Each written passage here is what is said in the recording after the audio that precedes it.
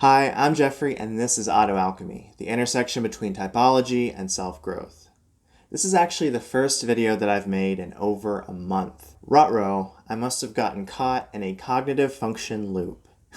And if you don't know what that means, you will soon enough. Alright guys, before we dive in and start talking about loops, I did want to take a brief moment just to thank you for tuning into my channel. As always, your support means a great deal to me. But anyway, let's not get too sappy. On to loops. In this video, I'm hoping to finally put to bed the question, are cognitive function loops real? If you study typology at all and know your way around the internet, chances are pretty good that you've at least encountered the concept of a function loop. And you don't even need a crystal clear concept of what a loop is to get the impression from the internet that they must be bad news. They're often presented as highly unhealthy manifestations of certain type dynamics. The story goes, if you're not careful and you try to bypass your secondary function, then you might actually get sucked into a function loop. It's kind of like hurtling headfirst into a black hole.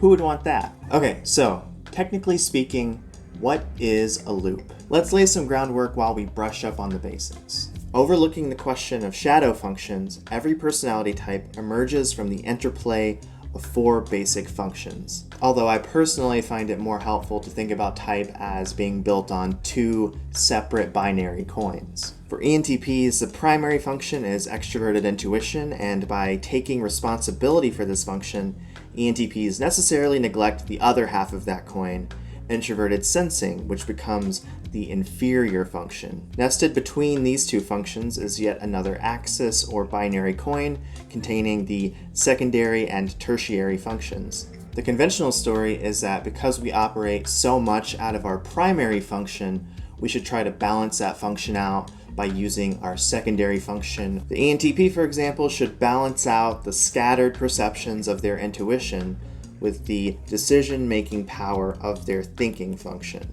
This balance is supposedly enhanced by the fact that the introverted orientation of the thinking function helps the ENTP move away from the outer world and develop a more inward focus. By this particular line of thinking, someone who is in a function loop is bypassing that secondary function and jumping directly to their tertiary function, which does share the same orientation as the primary function. And while that would create some balance between judging and perceiving, observing and deciding, you do lose that healthy back and forth between the inner world and the outer world. And if that's not clear enough, it may help to look at some examples. Let's go back to the ENTP.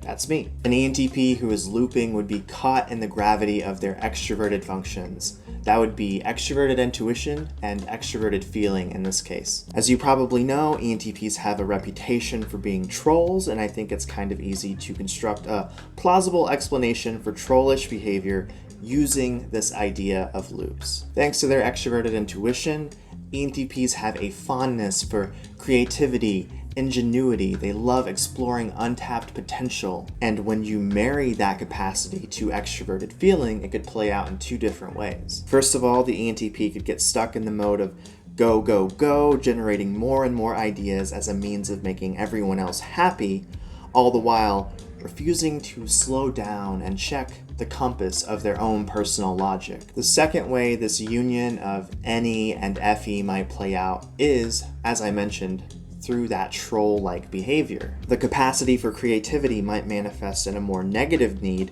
to push the buttons of other people as a failed attempt at connection, making ironic jokes that mask some kind of cry for help, engaging in internet fights for the fun of it, with no solid subjective beliefs to stand on.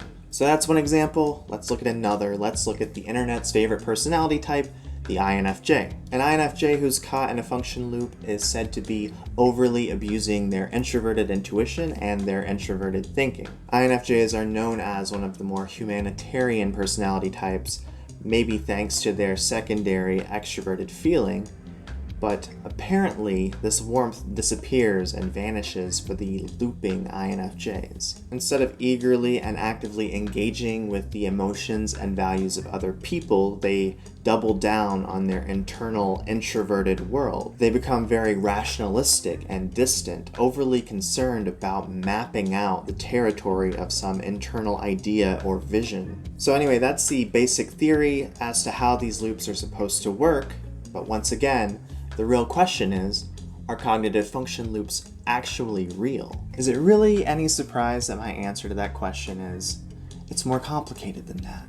I always think that it's more complicated than that. Sometimes I wish that life could be more simple. As far as I can tell, the notion of a function loop isn't part of the original theoretical framework offered by Isabel Briggs-Myers and Catherine Cook Briggs. When I search the Myers-Briggs website for any mention of looping or loops, I get zilch. In fact, based on my admittedly lazy sleuthing, looping seems to be a pure product of internet culture, coming into existence in 2009 or so with the armchair theorizing of folks on Tumblr and Reddit. This isn't inherently a bad thing, by the way. The hive mind of the internet has given us treasures like Jay-Z deepfakes, but it also gave us a Game of Thrones fan theory where Tyrion was somehow a time-traveling fetus. Point is, we have to tread with caution when we're navigating the products of the collective unconscious, which is what we're encountering on the internet. My personal sense is that cognitive function loops are based on a real phenomenon. The concept approximately captures something that does happen out there in the real world. People do go off kilter with their personality type and would benefit from achieving a sense of balance. And my only real objection to the idea of loops is that people don't really take the logic far enough. The phenomenon might be real, but the theory surrounding it isn't really sufficient to explain it.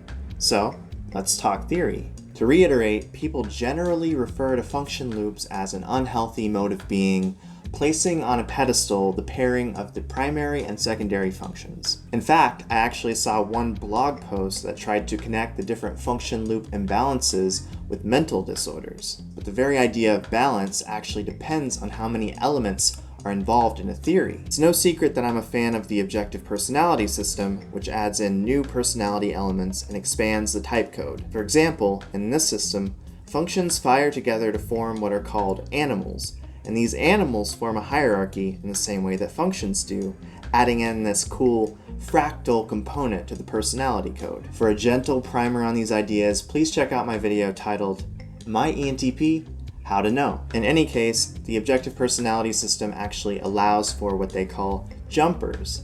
So INFJs who prefer innately NI and TI, ENTPs who prefer NE and FE, and on we go. Instead of merely saying that these types are looping in an unhealthy way, they put these types on equal footing with the quote-unquote standard types, which is a good thing in my book, because by my thinking, all types are inherently imbalanced. Sure, an ENTP who's caught in the loop of NE and FE might be unbalanced in their own way, but an ENTP can just as easily be caught in the vortex of NE and TI, which in OP terms form the information animal known as consume. Because of that animal hierarchy that I mentioned before, consume is going to have to be balanced by an energy animal, either sleep or play. This fractal spiral pattern of type equilibrium seems to me to be more realistic and more